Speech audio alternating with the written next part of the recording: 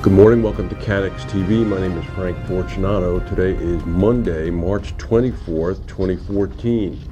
Well, today may be the day. It's nightfall now in the Australian area and the Malaysian area, but apparently the Australian Prime Minister, Tony Abbott, is pretty confident that today's the day that they're going to actually find the wreckage from Malaysia Flight 370, which crashed about 15 days ago. The Australian Navy has assets in the area now, and as soon as sunrise comes, which will approximately be in about 10 hours in that area, they expect to be able to begin to identify some of the objects that have been identified by satellite. The objects are supposedly a gray or green circular object and an orange rectangular object. They were located by an Australian Air Force Orion aircraft, and they were also confirmed by satellite. Keep in mind that the assets of the capabilities of spy satellites are such that they can actually read newspaper headlines from the altitude that they orbit at. So if the Australian Prime Minister is as confident as he's publicly claiming to be, they're pretty clear that they may in fact have found it. So we'll see. This will be something.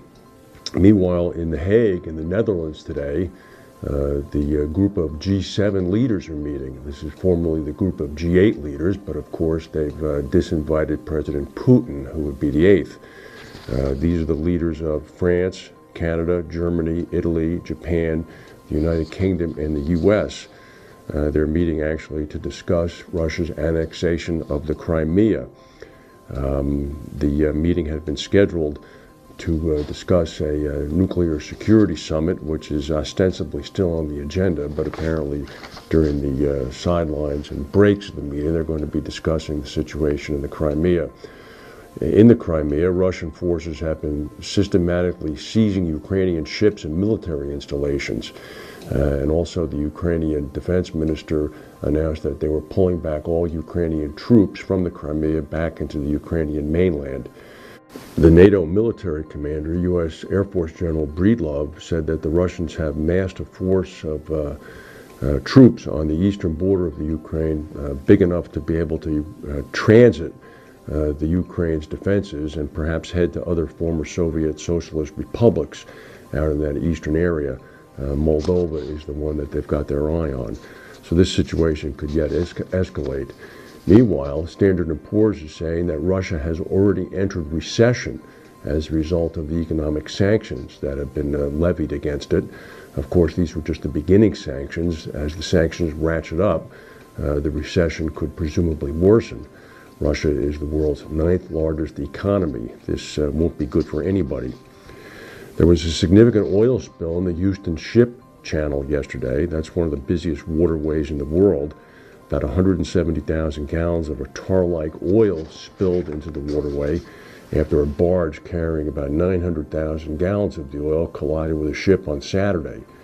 There are about 24 vessels backed up in the ship channel waiting to get out, and about another 20 or so waiting to get in.